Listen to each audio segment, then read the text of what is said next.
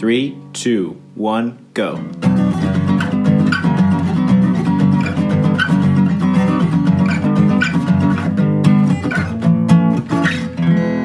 Welcome to Grounds After Rounds.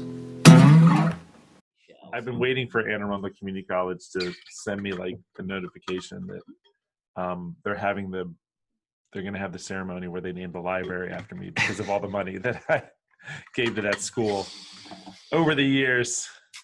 I had a couple. We'll you want to do jokes first? We can do jokes first. Start with our Let's segment. kick off with our jokes. The Dad Says series of them. So it was the one of it's about being dyslexic and doing. It's funny now that I think about it too. I had one all week that I've been waiting to share, and I forgot it. Of course you did. Now I got to look it up. Yeah. Now I'm having. It's funny because I think I sent it to somebody. Anxiety and. Good start to the show. Good start to the show. This is clean, very clean. Everyone good stuff. See, good we're stuff. on our phones looking to see if we can find it. There we go. Okay. Oh, here we go. So Nicole told me I couldn't be very good at poetry because I'm dyslexic, but I've made 3 jugs and a vase, and they are lovely. So I told her that joke yesterday because she works at Summit where all the kids have learning differences, and one of them is dyslexia, and she's got. Is learning differences? Is that the? That's the way. Yeah, that's the term. It's not a disability. Disability. It's a difference, right? And it truly is. Like ADHD, ADD, dyslexia, dyspraxia, aspraxia. Like she lists off like 5 or 6 of them. I never remember. Some sort of axios. Yeah, which I mean, it's legit. It's your brain just fires a different way, and so I knew that she like. I always try to tell her at least like 2 or 3 of these, and she'll laugh at like maybe one every 10. But I knew that she wasn't gonna find this one. Like I knew she's gonna be like, "What? I don't even get it." But what I was looking for was because I told her a dyslexia joke before. I was looking for her to go, "This is not the way it works. Like that's not the way. That's not the way. So literal, right? Like that's not the way dyslexia works. But I know that's not the way it works. Yeah. But I just wanted her to say it, and she totally said it. And then I started laughing, and then I got the smirk, like, and I was like, "That's all I needed. I just wanted you to say. I just needed you to say, that's not the way it works. I know it doesn't work, but it's still funny." Gotcha. You just tell about the one about the dyslexic man that walked into a bra. No, but that's the same. She would have been like, "That's not the way it works." But this one I thought was very applicable. That's a good one. Do you know where the gym is at Hogwarts? Do I know where the gym is at Hogwarts? It's right through the dumbbell door. It's right through the dumbbell door. Oh, that's so good. That's a good one. Yeah. That's so those are my 2. I like the other one about the speed bump. This one was good too. What is the longest word in the English language? No, it's not. Oh, that's really funny. That's a really good. Yeah. No, smiles. It's got a mile between the S's. Matthew liked that one. I got a chuckle out of Matty on that one. I told this one to Andrew. May have already told it to you. I think he dug it. Who is the fastest person in the history of the world? Well, Achilles, but who? Adam. He's first in the human race.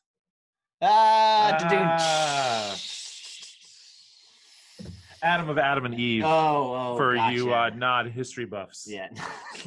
Is that history? Is that also is that in history? Really they were always in the buff. Is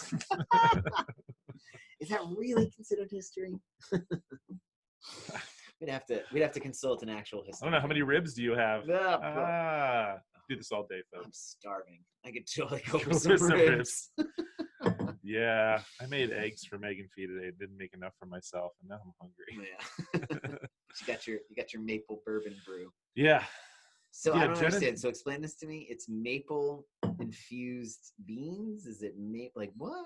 What's happening in that cup? So what I know is there's a bag of ground coffee from now. It's like the special 1808 blend brewed by Folgers Company, and is the maple bourbon blend. So it has a hint of maple bourbon goodness. Okay.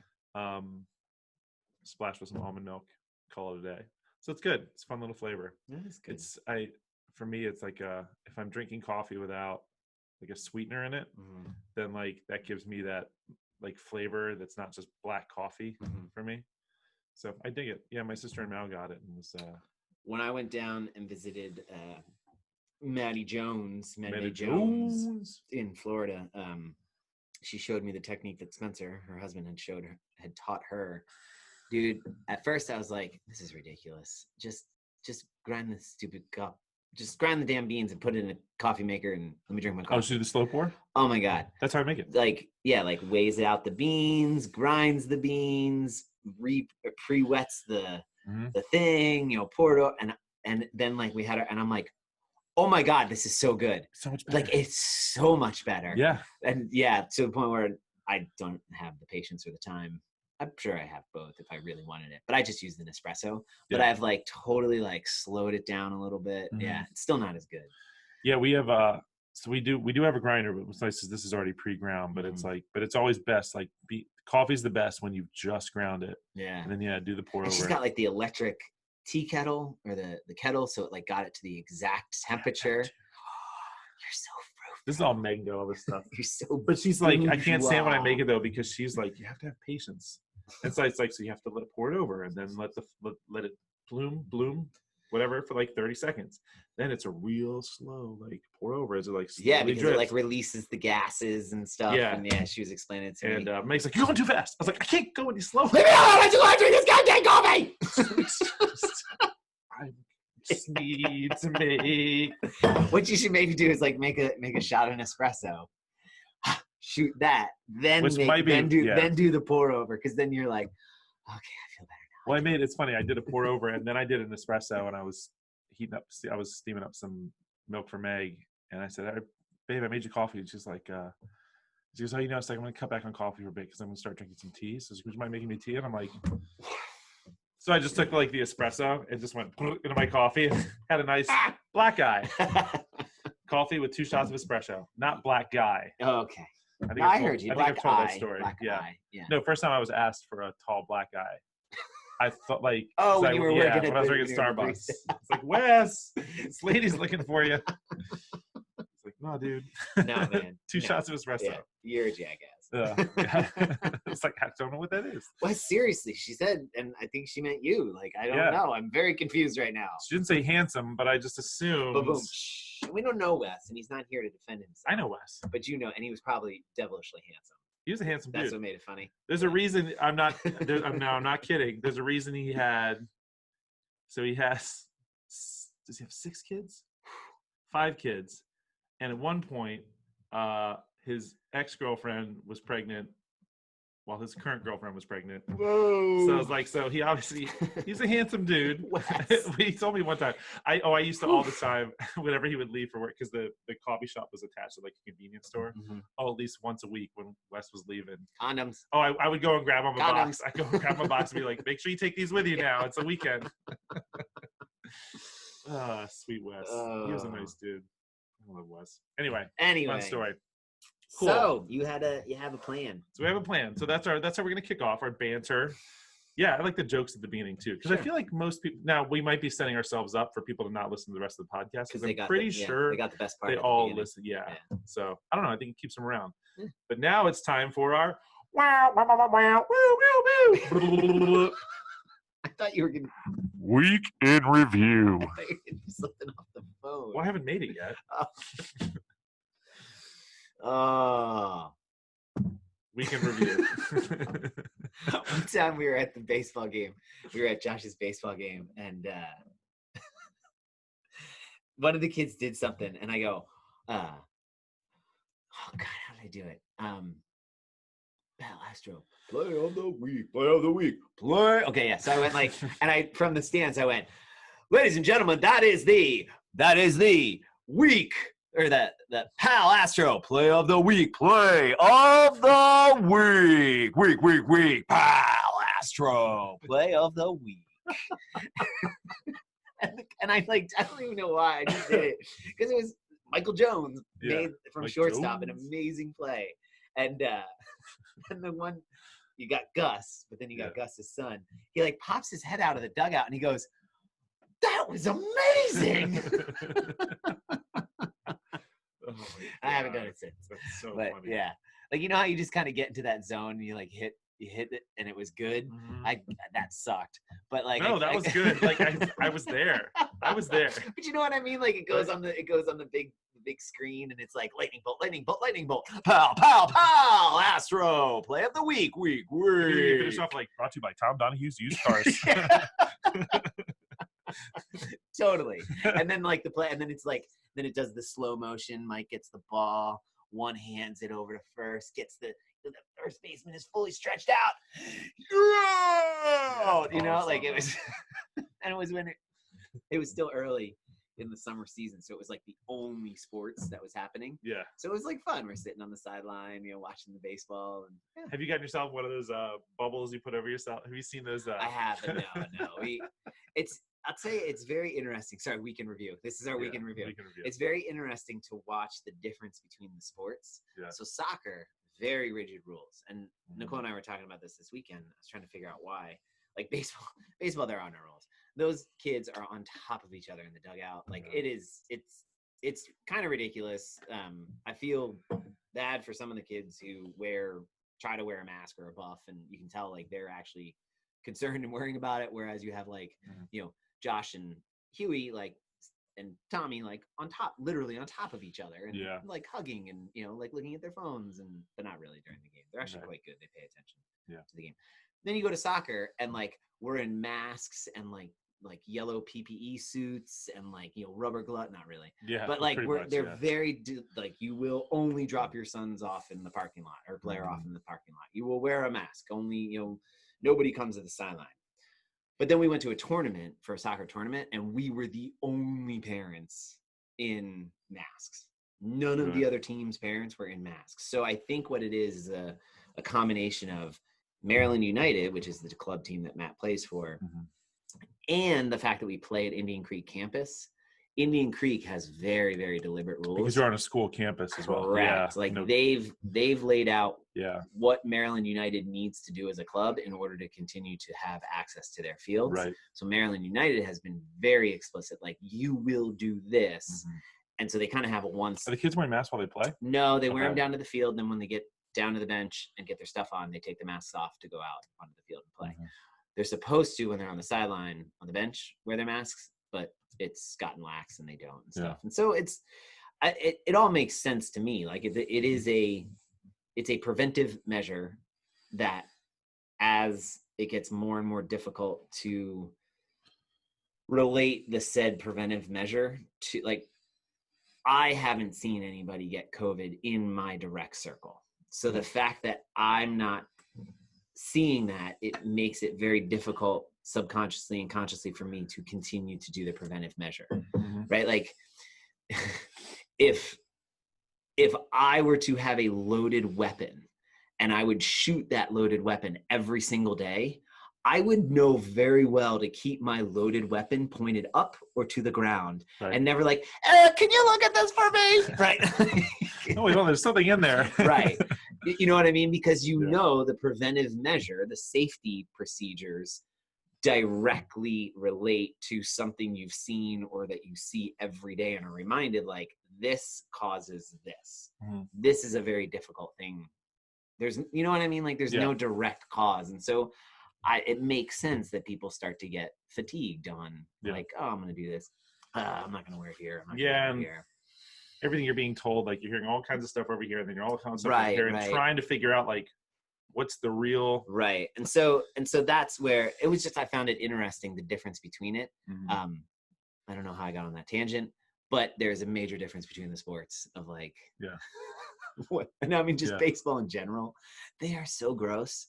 They're always spitting and touching themselves and fidgeting. Do you know what I mean? Like fixing gloves and pulling things on, fixing their crotch. And what was I? And then, like, what was I talking to Meg about? She said she feels like I'm talking about Coach Gus, and I was like, oh, Coach Gus can talk all day long. Oh my gosh. And Meg's like, I feel like that's just like baseball people in general. Like, baseball people can just talk and talk and talk. I was like, we have to think about the sport itself. A game that lasts 2 hours long is actually only about 7 minutes of actual play. Most. So, like, right? And so, like, And that's like if it went into extra innings, 7 minutes of actual play. Right. I was like, so like, unless you're the pitcher and the catcher, right? They're the only ones, and those guys the pitcher only gets to play maybe 2 or 3 innings. Yeah, and like so like. Yeah, I'm sure they're good at talking because what else are they doing? It is. It's a meditative practice of totally. A game, like because when it happens and you're called into action, you gotta like that muscle memory. Yeah. So it's kind of cool. I still love baseball. It really, I as far as games go, and it's cool. New Pete, one of our new foundations members, baseball player, and so it's been cool to kind of pitcher too, which will be kind of cool. Makes sense. He told me he had shoulder issues from baseball, and I immediately thought I was like, I'm gonna lose a pitcher. But anyway, so week in review, man. What do we? Week in review. Week in review. So we're gonna play this game too. We're gonna go like we're halfway through the week, so we're gonna play like here's our experience and here's our like you said time machine. Yeah. So it makes me, I feel like I should do some sort of time machine. 1.21 gigawatts.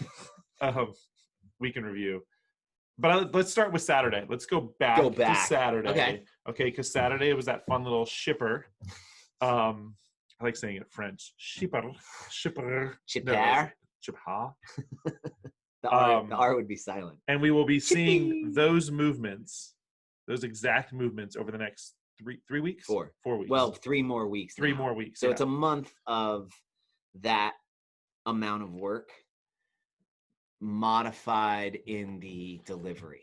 Right. So it's like if I were to say you're going to eat 2,000 calories today, Done. It's the difference between that was awesome. It's the difference between eating them all at one meal over the course of 3 meals, over the course of 5 meals, or you have 18 minutes to eat those 2,000 calories as many times as possible. Yeah. There you go. Beautiful. So that's it. Like we're going to do the 60 sit-ups, the 90 dumbbell snatches, the double unders, the 150 double unders, and that 1,500 meter row. The row. Yep. Where it was as a chipper this last Saturday for time. This Saturday coming up will be 3 rounds for time. And it'll be evenly split then 20, 30, 50, 500. 3 times through that. 3 times. Then the next week will be 5 times through. And then the next week will be, this is sort of the wild card. I'm going to take all of the performances and I'm going to create a little, I've already created it, and plug in a spreadsheet, and whatever the mean time is across the gym and how many people did it, that will be the AMRAP. I'm going to go ahead and tell you that it's probably going to be anywhere between 16 to 18 minutes because already everybody's times are in that. Yeah. The chipper feasibly should be the fastest one. Yeah. Right. It's the least amount of transitions. Yep. It's all one, like you just fly through it. You're done. Realistically, the 3 rounds for time will most likely be the most, because I guarantee you nobody did all of those movements unbroken, or they were optimally moving in the 500 meter or the 1,500 meter row. It probably took them a little while to get going, or they slowed down at the end. But if you break that up into 20, 30, 50, 500, they're going to be able to maximize their effort across it enough to make up for the additional transitions. Yeah. Yeah. 5 rounds for time probably won't be. It'll feel like you could move faster for each of those because you can just fly through 12, 18, 30, and 300 meter rows. But now you've added almost twice as many transitions. Not going to happen. No. The little twist on the AMRAP, athlete gets to decide how they want to break up the work. Oh, fun. So you have 90 or 60, 90, 150, 1,500. AMRAP, question mark, somewhere between 16 to 18 minutes probably. You have to complete that chunk of work before you can start completing it again. Does that make sense? Yep. So as long as, but if you complete it. So like a chipper, you can't move on to the next thing until you finish this, but you can do it in it. You can do them in any order you want. You got it. So you could start with the row if you want. Right. So you could do it as 3 rounds if you wanted to. Yeah. Or you could start with the row if you wanted to. Exactly. Like you can mix it up however you want, but it's on the athlete to look at it and be like, because they've now had it. What a great go ahead. Sorry. They've now had it as a chipper. They've now had it as a 3 rounds for time. They've now had it as a 5 rounds for time. They've had the opportunity to kind of figure out like, I'm just going to do these. Like I would start, as you said, I would probably start with that row first. Yeah. And I would use it almost as like an added warm up, or leave it at the end and just fly through it. Yeah. Right. But I would break up the other 3 movements, because the second you have to break, just transition. Just they actually don't interfere. So I'd kind of do those as like my 3 rounds for time. Yeah. And then end with the 1500. And then whatever time I have left, I would almost maybe just keep rowing. Yeah. And so this is your plan now, but over the next couple of weeks, that may totally change based on how things go, which is fun. Like, cause I think a lot of people look at that one and they'll think, well, the row is going to, the sit-ups are the worst. The sit-ups are the longest. Yeah, they're the worst. They take the most amount of time. They smoke your shoulders. You got to break them up.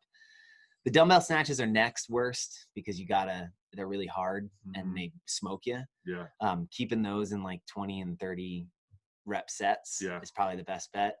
And then the double unders, if you're proficient in the doubles, like they're fine, but that's why I wanted lateral hops, because you get the right similar stimulus in the same time domain. They're different. It's a different movement, but it's at least it's a hell of a lot closer than singles. I told people if they really want to get their bang for the buck out of lateral hops, double unders, they need to swing their arms as they do the lateral hops. Because you got to work the shoulders. That's really funny.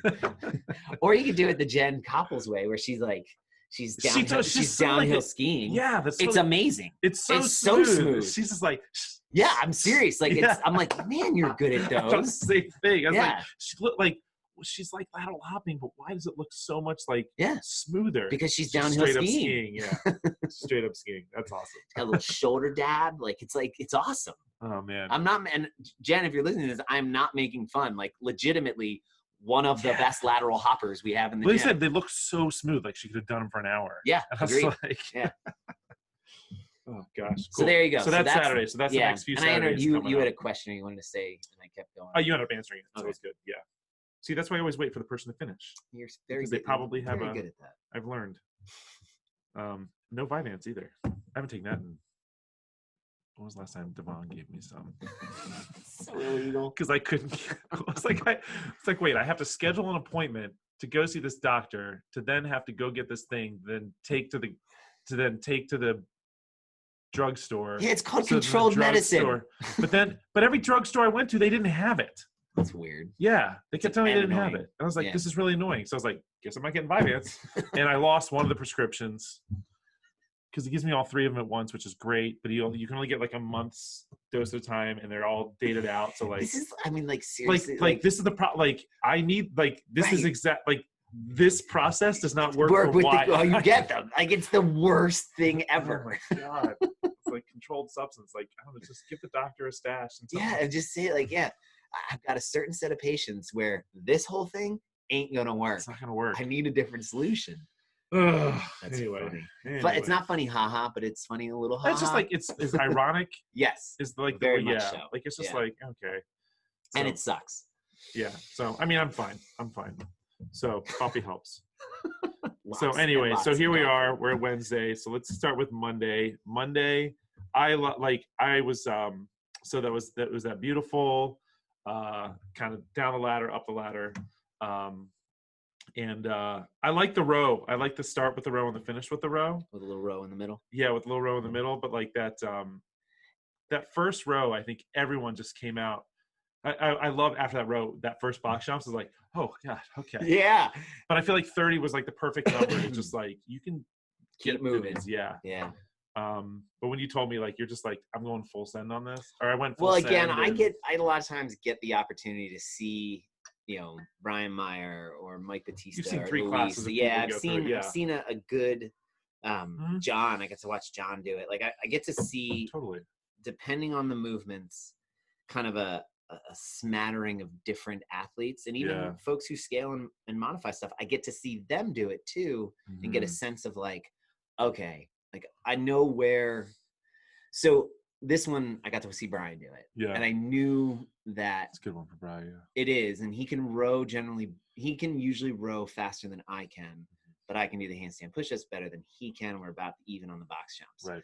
So as I saw him go, I went, okay, there's no pacing on this one. Like, this is legitimate. This is under, for me, I was like, I definitely should be under 12, maybe even under 10, if I just say, time to go dark.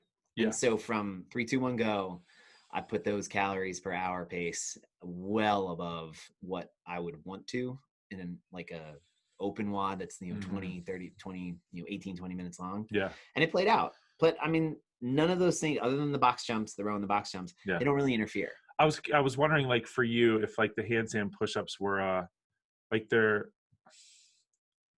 did you almost find that those were a way to let your heart rate come down a little bit? Yeah. So I've been doing a lot of accessory work with handstand push-ups, a lot of deficit, a lot of strict, a lot you of went holds. unbroken in those. I did. Both sets. Correct. Nice. And so a lot of like interference stuff. So like ski erg into handstand push-ups, echo bike into handstand push-ups, handstand walks into handstand push-ups, all to mess with, and in 30 seconds. So like max amount in 30 seconds, rest a certain amount of time, go do like a bunch of echo bike, max that in 30 seconds to sort of just practice knowing like where, like kind of highlighting where I feel the failure starting to come.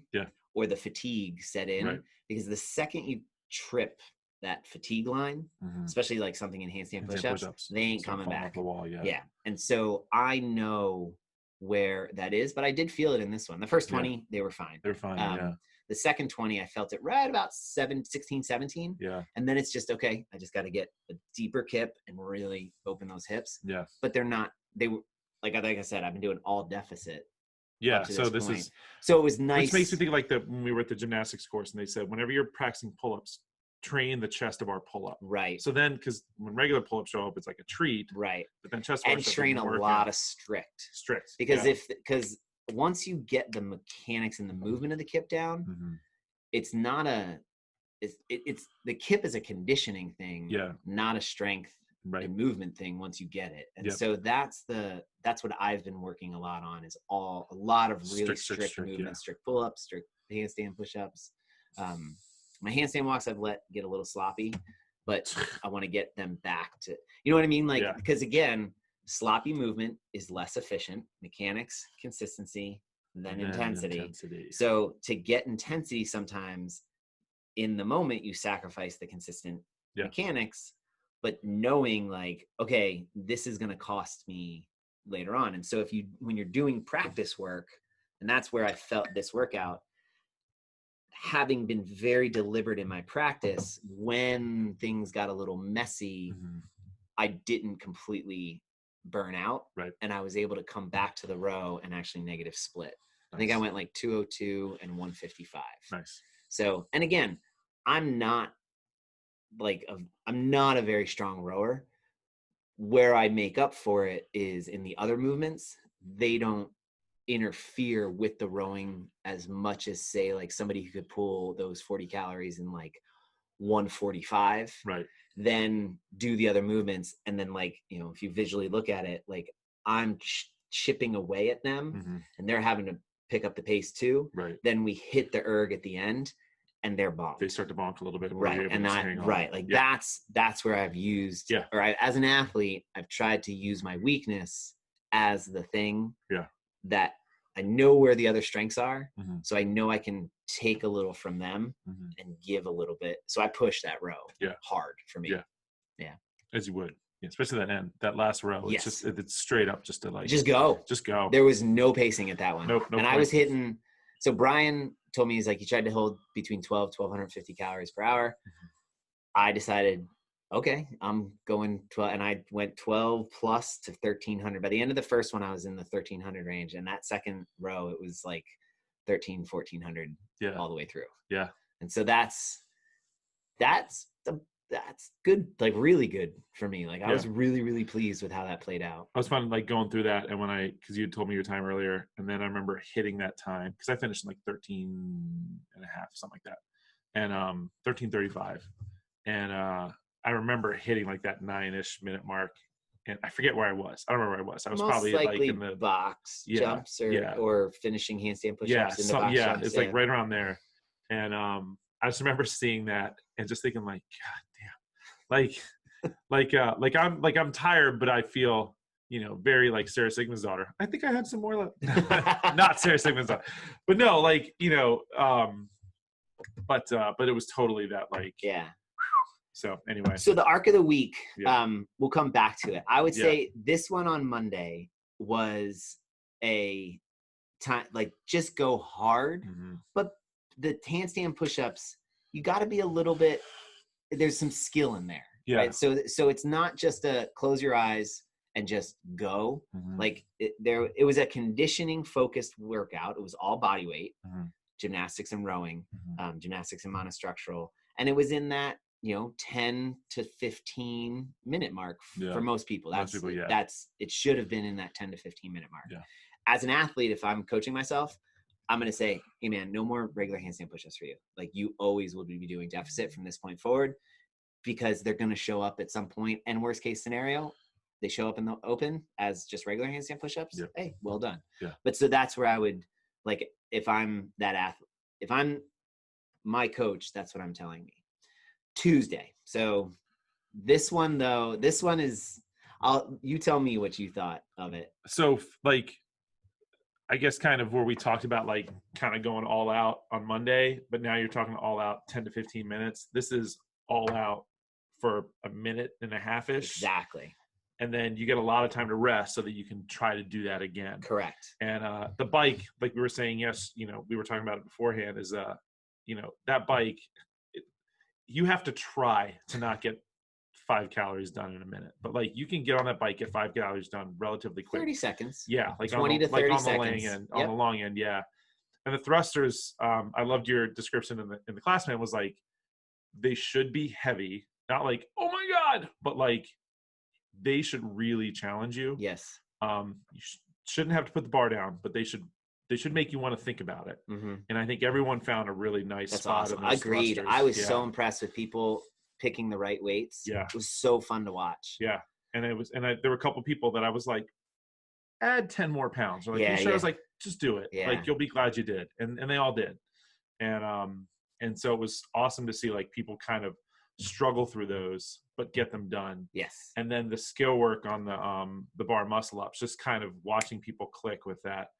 And we've done it before. But the lat activation, arms, that's the focus. And if you can get over that bar without bending your elbows, like, your money. And so we were talking before, it was awesome. Like, Alex and Danielle both, I did that nice little, we got from the gymnastics church, just a little spot. Like, it was just, and it's so cool because I'm so impressed you remember it, because I don't know if I could do it. I'd have to, like, it was kind of honest to goodness. I was like, I've never done it before. I was like, I remember it. Yeah. I've had it done to me, and I've watched it. Me and you did it with each other for a little bit, but yeah. I was like, I didn't have to give much of a nudge at all. Yeah. But it was just like, it was just enough that they could keep those arms straight. Yeah. And then just get over the bar. Mm-hmm. And it was just enough that it clicked. And so watching Alex do those, and when he first got to the bar, I was like, oh my God, it worked. Because it was such a cool feeling. Right? Like, I was so excited for him. And so I waited till he was done. I was like, did you notice that? And he was like, oh yeah. Like, it was, and you could see when he would pull too early, he could feel the difference. That's the move. And so, like, I was so excited for him because he was so excited. I was so excited. There's this thing, like, it's just that I don't have a bar muscle up unless I have a spotter. But, like, I really helped someone that did. And so it helps. If you think you're not a good coach because you can't do a movement, no, it helps. But like, that's where that low bar, putting it on the rig like that. Yeah. So now I've got Sally, right? Yep. She's come to 2 classes. This was actual Sally, right? This was her first class. Cool. Like, in class. Yeah. And she was doing bar muscle ups. Cool. On a low bar. But guess what? If that's a ledge or a window or a ball, like something that she has to get over because there's a horde of zombies chasing her. Yeah. She can get up and over that thing. Well, that's what I told everyone before class. I said, bar muscle ups today. I was like, if you don't have bar muscle ups, all I want you to think about is getting out of the pool. Yeah. Totally. Like, yeah. And well done. And it's we talk like functional movements, but that's what we're looking for. But like, everybody more or less got there. Yeah. Some moved back to the high bar in a box because they really wanted to practice, and it's a different, the movement is actually no different, but you're higher. Yeah. And so there is a visual kind of intimidation. I think it freaks people out a little bit. It's the same exact movement. Yeah. And I mean, I respect that. Yeah. Like, it is a little scary. Yeah. You know. Right. So anyway, yeah, we'll pay attention. I don't want to be rude. Like, hold on. Whatever. So I see a text from Megan. I'm like, hold on. There, right? No, Right? We're in the window, folks. Yeah, We're in the Saturday's window. the day. Okay, cool. All Okay. right. Whew. Sorry, that was just we had a rough drop off today. Oh. But yeah, it's funny. Like, so this one gets you out of breath on the Echo bike. Yep. You nailed it with how heavy it was supposed to be. Yeah. And then that bar muscle up, you're kind of, it's a high end gymnastics movement for us. Yeah. But you're out of your head because you've fatigued, you've lifted heavy, and now you are just going. And I watched people do, as you said, like that, really get that squeeze and press down. And what was cool as they got into the later reps, they kind of had the reservoir of the pull to get them the 4th and 5th rep. Yeah. Luis was a perfect example. Genevieve was a perfect example where like the first 2 or 3 would be awesome. Mm-hmm. And then that 4th or 5th one, it was like a little sticky, but guess what? Yeah. You got 5 in a row. Like it was a really cool progression. And that's exactly what this was supposed to be, which was we're getting super out of breath really fast. It's sprinting, heavy. You can be fast all day long, but if you can't be fast and lift something near your 80-85% max effort, you're not really CrossFit. Right. You're not fit as we think. That's the thing. And so Luis actually sent me an email of like, hey, do we have a heavy day this week? Which I chuckled because, and I know what because he wants to just lift something heavy, like he wants to build to something heavy this week. And so he was kind of like, I might just do it at home, and pick a day, my own day, and take a day off. But when we get to Friday, we'll explain. I'd say like, no, man, you got something coming. It'll be fun. You'll totally get it. But I chuckled because I'm like, what the hell were those 5 thrusters? Right. Like those were freaking heavy. Right. What's funny, and I'm telling the class, it was like, all right, so prescribed weight is 155, 105. So for like you mere mortals, relatively heavy for me. Still really kind of heavy. It was heavy. It was hard. Yeah, it was good. So but that was fun. That one was a lot of fun. That was a lot of fun to coach. So today, bit of a grinder. Right. So if we think heavy squat and like a thruster. Yeah, so press, low volume, high medium weight. Yeah. Now we turn and all sprint. When it was all said and done, everybody was underneath 10 minutes of work. Yeah. So we had a 10 to 15 minute on Monday. We had under 10 on Tuesday. So medium, short, though it was 25-minute WOD, it's only 6 to 8 minutes of work. Wait, 68 minutes of work. I did that wrong. Now we've got a 10-minute AMRAP. Time priority. You know exactly how long you're going to work. And you're going to do low weight, high volume squats. Yeah. So it totally takes the same movement, but just flips it. And now this is straight up conditioning. Yeah. There's nothing about it that was hard, meaning like you can't just keep moving.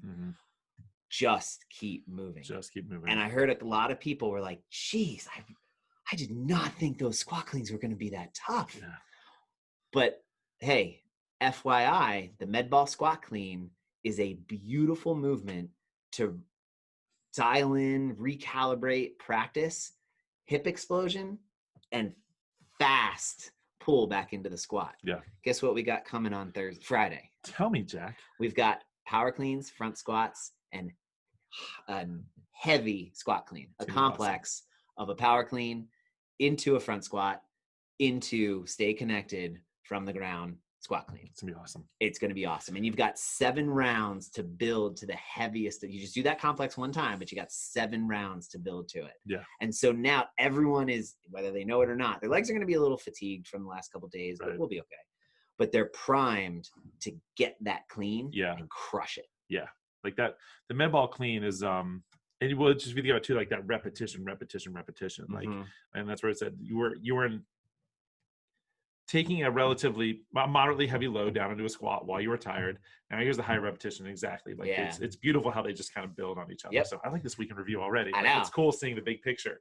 And so in between that, and let's say, so we've got Thursday, which often is our lowest. Well, statistically, sometimes it's our least attended day, but recently it's not. It's kind of been random. Yeah. So numbers could it's just great. Some people are doing 5 days a week. And if they are doing 5 days a week, we kind of had 2 back-to-back squat days. And then, we finish with Friday being a squat day. So there's sort of like this, can we break it up? We've had some weightlifting. We've had some non-structural. We've had some gymnastics. I thought to myself, like, I wanted to put something together where I want it to be short again, but short in a way that you can mess with sort of some pacing stuff. Mm-hmm. So it's this was the 2 5-minute EMOMs, where the first 5-minute EMOM, you're rowing 5 calories and then as many burpees as you can in the remaining minute. And then the next minute starts 5 calories, 5 burpees, or as many burpees. This is where I'm definitely going to pace my calories as opposed to the. So think about it. So I'm doing 5 calories and then as many burpees as possible. 5 calories getting on and off the erg, probably about 30 seconds. Sure. You should have about 30 seconds to do burpees. Yeah. You finish that EMOM, you'll keep track of the burpees, take 5-minute rest. We flip the switch. Yeah. Sorry, I spit at you again. Now you're going to do 5 burpees, as many calories as possible in the remaining minute. Yeah. What do you think the burpees should be? Where do you think they should be for most people? Number wise? Yeah. If you're talking like 30 seconds, like, I mean, if they're really getting after it, like 8 to 12, give or take. So what do you think the calories should be in that second? I think they should be about the same. Right? Because like 5 burpees, like now, especially after 5 minutes rest, are probably going to be quicker. But like the key to that one too is going to be the transition. You got it. Getting in and out of that and erg. So it's a practicing of like finding a pace and holding the pace. But the 2 movements, you should be close to that same kind of equal. And I'm really intrigued to see. These are legit burpees too, not the little like halfway. Like No, we want like, hips open, clap but, overhead. Yeah. No, like, but like I'm thinking like you're probably like 15 in 30 seconds if you really. But that's I don't know. Like I think you were right. 8 to 12. Yeah. I think that's the right window. And then that sets up for the row. If I do my 5 burpees in about 15 seconds, 10 to 15 seconds on the erg, I've got about 40 seconds to row. That's about 8 to 12 calories. Yeah. Right. Get back off 5 burpees, 8 to 12, back 5, 8 to 12. And it's going to be that 3rd, 4th, 5th round. Can you sustain? Because your leg, it is going to be a tingly mess. And I love that. Those are the ones too that they're like, I mean, burpees aren't necessarily low impact, but like it's just a real simple, like if you came Monday, Tuesday, Wednesday, you're feeling bitty up, like you can do Thursday. It's not going to leave you feeling like. And from a time domain standpoint too, so we went long on Tuesday, actually. It was 25 minutes of work, but you only actually worked for about 6 minutes. We haven't this again like a baseball game. That's funny. None of this week is actually very long. We had a couple long ones last week, and actually next week there's a couple long ones too. There's more than I think 2 people are waiting for another 40-minute AMRAP, Jack. That was a fun day. that was just a mental grind. But then again, I mean, in CrossFit, anything longer than 15 minutes is kind of long for us. Yeah. Because that's you're shifting those metabolic pathways. You're getting into almost fully aerobic. Blah blah blah blah blah. But yeah, and so I'm excited to see how Thursday plays out. We talked about Friday, and then like we said with Friday, again, like you're going to be working for probably 30 minutes. Yeah. 25 minutes. So, but you're only going to be working for about 8 to maybe like 15 seconds. Complex. Yeah. Yeah. Because you do the power clean, you'll shift your feet, you'll do the front squat, you'll get set. And then it's basically a touch and go. And I put it with asterisks. Yeah. No pausing or regripping on the ground. If somebody regrips, you're done. You're done. You're done. Try it again. Like no rep you on that complex. I won't no rep you. But that's I will. The idea is it's an immediate touch into that squat clean. And again, it isn't just to be like, a DB coach. It's if you are forward on your toes, if you're letting your midline disengage, if you're not really sitting in those heels and keeping everything tight in that first pull position, you regrip. Yeah. And that was, again, the visual of me like losing my tension in my shoulders and the hands and I got to regrip and now I got to get it. The tension starts at the top. Yeah. You get there, boom. As soon as you hit the ground, you're right into that squat clean. Yeah. Yeah. That's gonna be a fun one to watch. Yeah. And then Saturdays are 3 rounds for time. And I named it Deja Vu. Deja vu all over again. should be the name of the next one. You already have the next I already one. have You already the have the next next one. one. Yeah. Awesome. Cool. Fun week. Yeah. I mean, they're all fun weeks, but I like the week in review. It's fun seeing the whole arc of the week and how they. Yeah. Again, the names were tough. There wasn't much of a theme. There is, but there isn't. It's not even worth last week was Hercules' 11th labor of his 12 labors. Oh, we should name our gym 11 labors. That'd be awesome. We're just one short from the other guys. I was wearing their shirt, their one game shirt today. But we could be 12 labors CrossFit, couldn't we? Oh, easy now, man. Easy. No, I was saying everybody makes their choices. Did you see all the Phoenix affiliates came back? They rebranded. I saw that, yeah. Or reaffiliated. I will say, and all joking aside, when gyms were jumping ship like that, 12 Labor said they were doing it, and they did. Within a couple of days, all the processes were done. And then again, they may have other business reasons. You know what I mean? Yeah. That's just. They're still a good gym. They're a great community. They're doing them. Do you. Yeah. You keep doing you, I'll do me. And some point, I'll say you'll be doing me.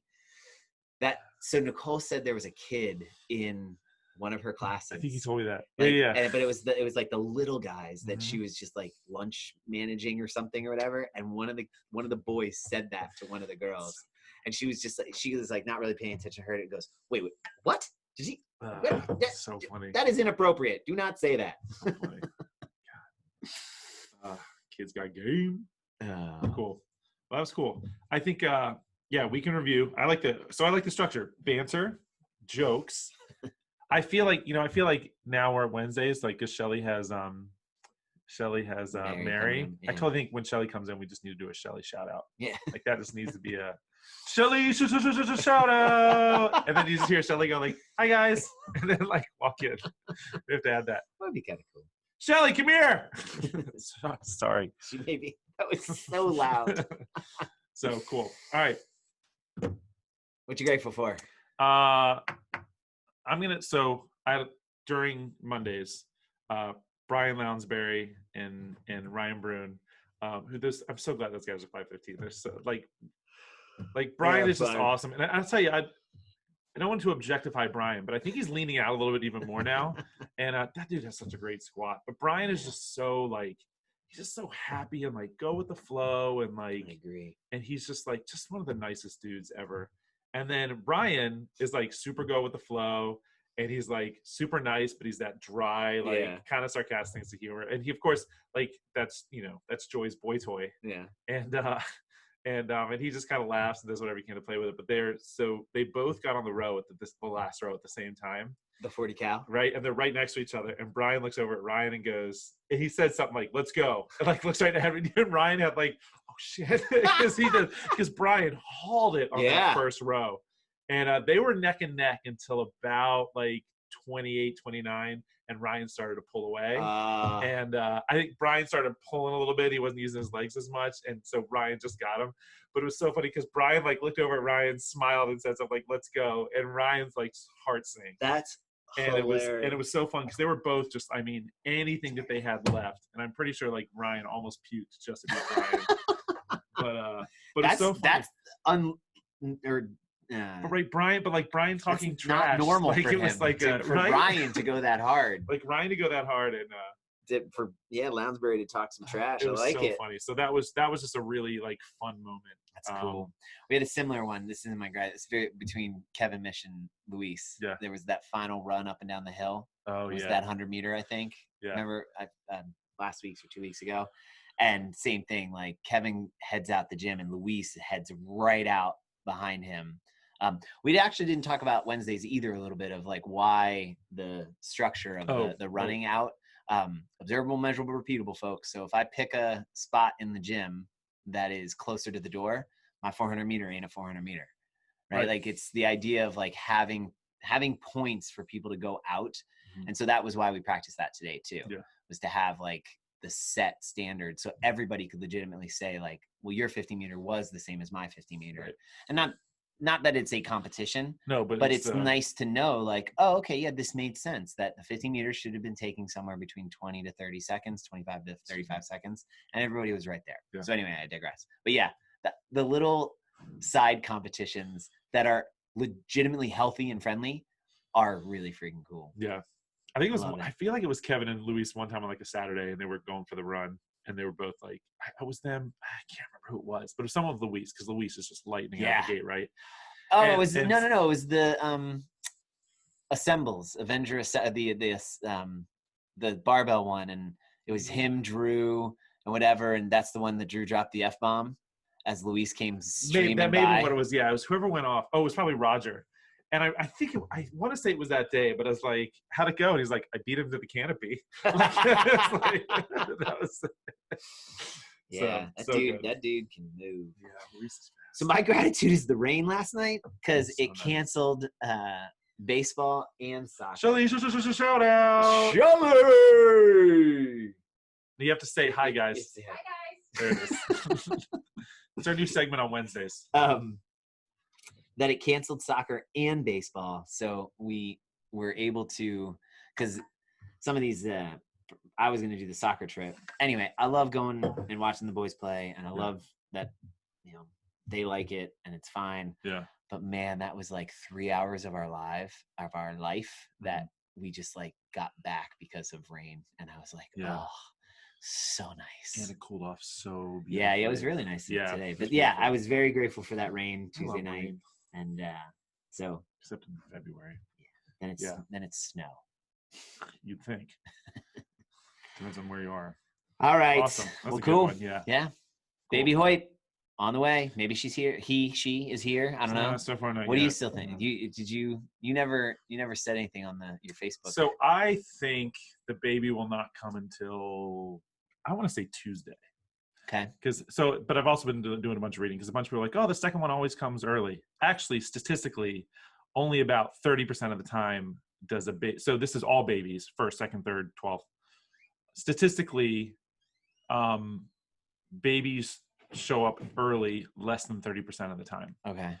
They show up about 50% of the time, give or take, full term, 3 to 5 days. Okay. So it'd be 40 weeks in. So Tuesday would be 40 weeks and 3 days. Okay. Fee was 40 weeks and I think 10 days. Oh my gosh.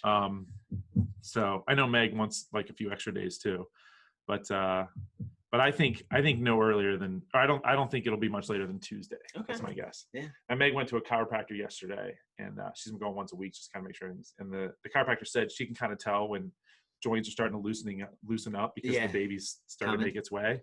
And she was like, I'm not feeling a thing. Oh wow. Yeah, Okay. so interesting. So we'll see. And Meg's just like, yeah, I feel good. Of course, every time she's what's like, your guess, boy, girl? You don't want to make that guess? Do you want to make that guess? You don't have to answer if you don't want to. So I've been feeling girl from the get-go. Yeah. I think it's also because I partly just want another girl. Yeah. That poor buddy when he comes out, man. You're like, like I've said, I was like, wish you were a girl. Part of me wants to know, because if it ends up being a boy, like we'll have that like, okay, I'm good now. Right, then just like, crap. Poor guy. So well, cool, man. And just FYI, Axel AXL is a name that is on our list for anyone that wanted to make comments about parents trying too hard. If they're listening. That was a funny little thread. Yeah. You played it well. All righty, folks. Well, Cool. Hope you like this new format. We'll stick with it for a little bit. Fitness field trip coming up end of October. Basketball. Yeah, I wonder why you picked that one. Pickleball is on the horizon. Yes. We got a lot of interest. And Cool. so, we will see you on the creek.